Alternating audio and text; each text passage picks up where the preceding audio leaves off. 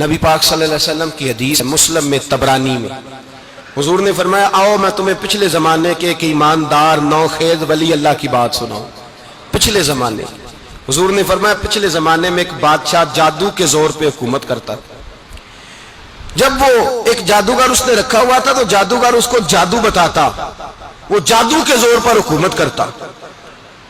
جادوگر بوڑھا ہو گیا تو کہنے لگا بادشاہ کوئی نوجوان میرے پاس بھیج دے, اب میں بوڑھا ہو گیا ہوں میرا پتہ کوئی نہیں کب مر جاؤں. ایک نوجوان کی ڈیوٹی لگائی, بڑا زیرک سمجھدار اپنے رعایا میں سے چن کے جو ذہین فطرت مزاج بچہ تھا وہ اس نے لگایا.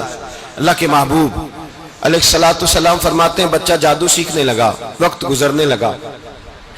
بچہ جب جادو سیکھنے جاتا تو رستے میں ایک راہب بھی تھا جو انجیل جانتا تھا, وہ اللہ اللہ سکھاتا, لوگوں کو حضرت عیسیٰ علیہ السلام کی تعلیمات سے آگاہ کرتا.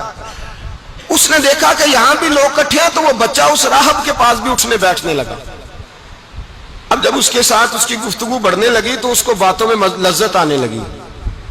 اس نے راہب نے پوچھا کہ تو کون ہے اور کس طرح سے آیا ہے, کیا تیرا معاملہ ہے؟ اس نے کہا جی میں جادو سیکھنے جاتا ہوں, آپ کی باتیں مجھے بڑی اچھی لگتی ہیں. اس نے کہا دین سیکھ, جادو سیکھنے والے کافر ہو جاتے ہیں, قرآن و دین سیکھنے والوں کو اللہ کامل ایمان عطا فرماتا ہے. فرمایا یہ سیکھ. بچہ بیٹھنے لگا, اس کے پاس آنے لگا, باتیں دل میں گھر کرنے لگی. ایک وقت آیا کہ مسلمان ہو گیا. اور مسلمان کیسے ہوا؟ بچہ کہتا ہے میں تجربہ کر کے ہوا. اب میں تھوڑا سا وقت جادوگر کے پاس بھی جاتا اور باقی سارا وقت وہاں بیٹھتا. میں ایک دن جا رہا تھا تو رستے میں اژدہا تھا, بہت بڑا سانپ تھا, رستہ روک کے کھڑا تھا. یہ حضور نے بیان کی حدیث. نبی پاک صلی اللہ علیہ وسلم فرماتے ہیں بچہ کہتا ہے کہ رستے کے اندر سانپ ہے, رستے بند ہے, لوگ چھتوں درختوں پہ چڑھے, ہراش ہے. کہتے چھوٹا سا روڑا میں نے اٹھایا تو میں نے کہا اللہ اگر جادوگر سچا ہے تو اسے مار دے. چھوٹا سا روڑا میں نے پھینکا, اژدہا کوئی نہ مرا. پھر چھوٹا روڑا اٹھایا, میں نے کہا اللہ اگر وہ عالم سچا ہے تو اسے مار دے. اب جب میں نے روڑا مارا تو اژدہا مر گیا. میرے اندر سے گواہی آئی نہیں دین کی باتیں سچی ہیں, نہیں قرآن کی باتیں اسلام سمجھانے کے لیے عرض کر رہا ہوں. اگرچہ اس دور میں انجیل تھی, اللہ رسول کی باتیں اچھی ہیں. کہتے میں مسلمان ہو گیا, اب میں نے راہب کے پاس ہی رہنا شروع کر دیا, جادوگر کے پاس چھوڑ دیا. اس بچے نے آنا. بادشاہ پوچھتا کہاں زیادہ وقت گزارتے ہو تو وہ بات گول کر دیتا. وقت تیزی سے بڑھنے لگا. اللہ نے اس نوجوان میں طاقت پیدا کر دی. اب وہ اس کے اندر نا اللہ نے توانائی روحانیت پیدا کر دی. ابھی جوان ہے, 14-15 سال عمر ہے. اللہ نے اب جو بیمار بھی آتا وہ دعا کرتا تو اللہ صحت عطا کر دیتا. جو بھی آتا. بادشاہ کا ایک درباری تھا, بادشاہ کو پنکھا جلتا تھا, وہ اندھا ہو گیا. کوئی ایسی تکلیف آئی کہ نابینا ہو گیا. بڑے علاج کرائے, شفا نہیں ہوئی. کسی نے اس بچے کا پتہ بتایا کانوں میں. اس کے پاس گیا تو بچہ کہنے لگا شفا تو ہو جائے گی پر کلمہ پڑھنا پڑے گا, مسلمان ہونا پڑے گا. جس پیغمبر کا میں غلام ہوں تجھے بھی بننا پڑے گا, دین پہ عمل کرنا پڑے گا, اللہ شفا دیتا ہے. اس نے کہا تو مجھے کلمہ پڑھا, مجھے شفا دے, میں تیار ہوں. اس نے کہا شفا تو اللہ دیتا ہے. اس نے اللہ تبارک و تعالیٰ کا ذکر کر کے دعا مانگی. یہ مسلم شریف میں حدیث ہے, طبرانی میں موجود ہے. اللہ نے اسے شفا دی, اس نے کلمہ پڑھنا شروع کر دیا. یہاں ایک نقطہ لکھا ہے ہمارے علماء نے, کہتے ہیں جب اللہ ولایت عطا کرتا ہے نا تو یہ سفید بالوں والے کا حصہ نہیں ہوتی. اگر جوانی میں کوئی آدمی توبہ کر کے تصوف کے راستے پہ چلتا ہے تو سب سے زیادہ ولایت اللہ اسے عطا فرماتا ہے. سب سے زیادہ ولایت اس کے پاس ہوتی ہے. ابھی اس کے بال کالے ہیں, چڑھتی جوانی ہے, دعا کی تو اللہ نے, اور حدیث پاک میں موجود ہے کوڑے آتے تو شفا یاب ہو جاتے, اندھے آتے تو شفا یاب, برس والے آتے تو اللہ سے دے. جوان ہے. بادشاہ کے پاس وہ واپس گیا, وہ جو آدمی جس کی آنکھیں ٹھیک ہوئی تھی. بادشاہ نے پوچھا کہ کیسے شفا ملی تو کہنے لگا میرے رب نے شفا دی ہے. بادشاہ سجدے کراتا تھا, اپنے آپ کو منواتا تھا معاذ اللہ. کہنے لگا میرے علاوہ کون رب ہے؟ اس نے کہا وہی رب ہے جس نے تجھے پیدا کیا ہے, اور وہی رب ہے جس نے مجھے اندھے کو آنکھیں دی ہیں, وہی ہے میرا مالک. کہا اچھا تو مجھے نہیں مانتا؟ کہا نہیں میں اپنے رب کو مانتا ہوں. بادشاہ نے اسے سزا دی, ستایا. اس نے بچے کا پتہ بتایا, پھر بچے کو بلا کے ستایا تو اس راہب کا پتہ بتایا. راہب بھی قتل ہو گیا, نابینا بھی قتل ہو گیا. بادشاہ نے کہا سپاہیوں سے اس بچے کو لے جاؤ اور پہاڑ کی چوٹی پہ جا کے نیچے پھینکو تاکہ مر جائے۔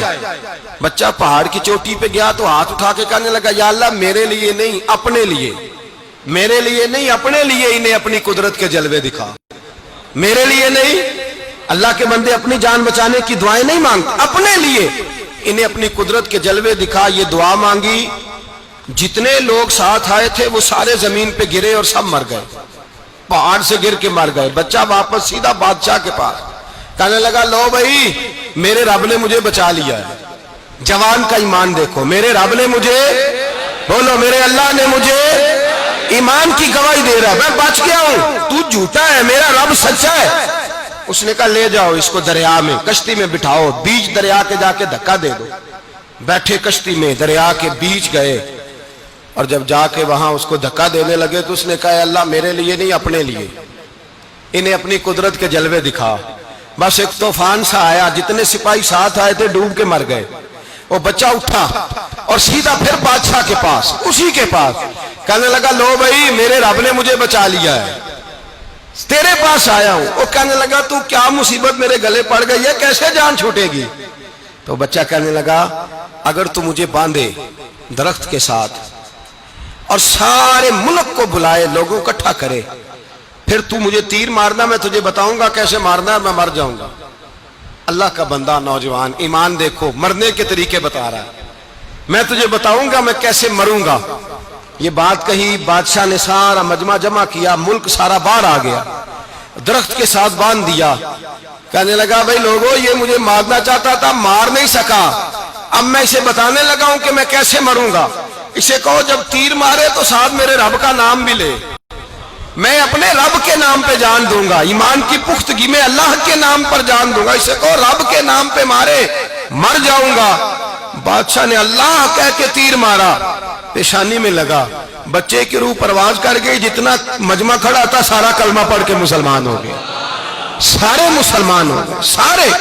میرے رسول پاک سید عالم صلی اللہ علیہ وسلم نے نوجوانوں کو بتایا جب تمہارے اندر ایمان کی قوت آئے گی تو اللہ تمہاری مدد کرے گا۔ فرمایا وہ نوخیز ولی تھا، ابھی جوان رانا تھا، ابھی اس کی پیشانی پر جوانی کے آثار تھے، لیکن اس نے اللہ کو راضی کیا، رب کریم کو راضی۔ ولایت کا مطلب بڑھاپا نہیں، ولایت کا مطلب وہ نہیں کہ جب بڑا لمبا وقت گزر جائے تو پھر آدمی آئے کہ نہیں اب کیا کرنا ہے، اب مسجد ہی ہے، اب تو اس کے علاوہ گزارا ہی کوئی نہیں۔ تو اس وقت کا آنا اللہ کی بارگاہ میں قبول تو ہے، لیکن شاباشی اسی کو ملتی ہے جو جوانی کا وقت آئے، جو عین اس وقت آئے جو وقت میرے رسول پاک علیہ السلام کے غلام عبداللہ ابن عمر، حضرت عبداللہ ابن عمر رضی اللہ تعالیٰ عنہ فرماتے ہیں کہ میں نکلا، مجھے سفر کے لیے جانا تھا، تو تھوڑی سی کھجوریں، تھوڑا سا سرکہ، ایک شہد کی بوتل، چیزیں میں نے سفر کے لیے ساتھ رکھ لی۔ میں جب مدینے سے باہر صحرا میں نکلا نا تو رمضان نہیں تھا، غیر رمضان تھا۔ میں نے ایک نوجوان کو دیکھا بکریاں چرا رہا، بکریاں چرا رہا، اے جوان۔ آپ فرماتے ہیں اس کا چہرہ بڑا نورانیت والا، گرد پڑی ہوئی پر بڑا حسین۔ فرماتے ہیں میں نے اس کو کہا کہ آ جاؤ کھانا کھا لو، روزے بھی نہیں تھے۔ کہنے لگا نہیں میں نے روزہ رکھا ہوا ہے۔ فرماتے ہیں میں نے کہا پتہ کروں کہ نیرا نیک ہی ہے کہ پرہیزگار بھی ہے؟ نیک وہ ہوتا ہے جو نماز پڑھے روزہ رکھے، پرہیزگار وہ ہوتا ہے جو گناہ سے بچے، وہ پرہیزگار ہوتا ہے۔ کہا پتہ کروں پرہیزگار بھی ہے کہ نہیں؟ کہتے میں قریب گیا تو میں نے جا کے اس کو کہا بھائی تیری بکریاں بڑی پیاری ہیں، میرا دل کرتا ہے ایک بکری مجھے دے دو۔ کہتے وہ جوان، غربت بھی، پریشانی بھی، پر دامان توکل کی یہ خوبی ہے کہ اس پر پیبند لگے ہوتے ہیں، دھبے نہیں ہوتے۔ غربت ہے، کہا جناب ایک بکری دے دو۔ آنے لگا جناب بکریاں میری نہیں، بکریوں کا مالک کوئی اور ہے۔ کہتے میں نے آزمانے کے لیے کہا کہ بکریوں کے مالک کو کہنا ایک بکری بھیڑیا لے گیا ہے، کہہ دینا بھیڑیا لے گیا ہے۔ تو کہتے اس نے میری طرف دیکھا، گرد سے اس کے بال اٹے ہوئے، آنکھوں میں روشنی، چہرے پہ اطمینان، لب و لہجے میں ایمان کی طاقت۔ نوجوان کہنے لگا حضور بکریوں کے مالک کو تو کہہ دوں گا بھیڑیا لے گیا ہے، جب عرش کا مالک پوچھے گا تو کیا جواب دوں گا؟ اللہ کو کیا جواب دوں گا؟ کہتے ہیں میں کانپنے لگا، اس کی بات سن کے واپس آیا، جو کام نکلا تھا وہ چھوڑا، واپس لوٹ آیا۔ میں نے پتا کیا کس کا غلام ہے، پتا چلا فلاں آدمی کا ہے۔ کہتے میں نے پہلے غلام خریدا، پھر پتا کیا تیرے پاس بکریاں کتنی ہیں؟ اس نے کہا 400۔ کہتے میں نے مالک سے ساری بکریاں خریدی، پھر غلام کو بلایا، پھر وہ بکریاں تحفے میں دی، تحفے میں۔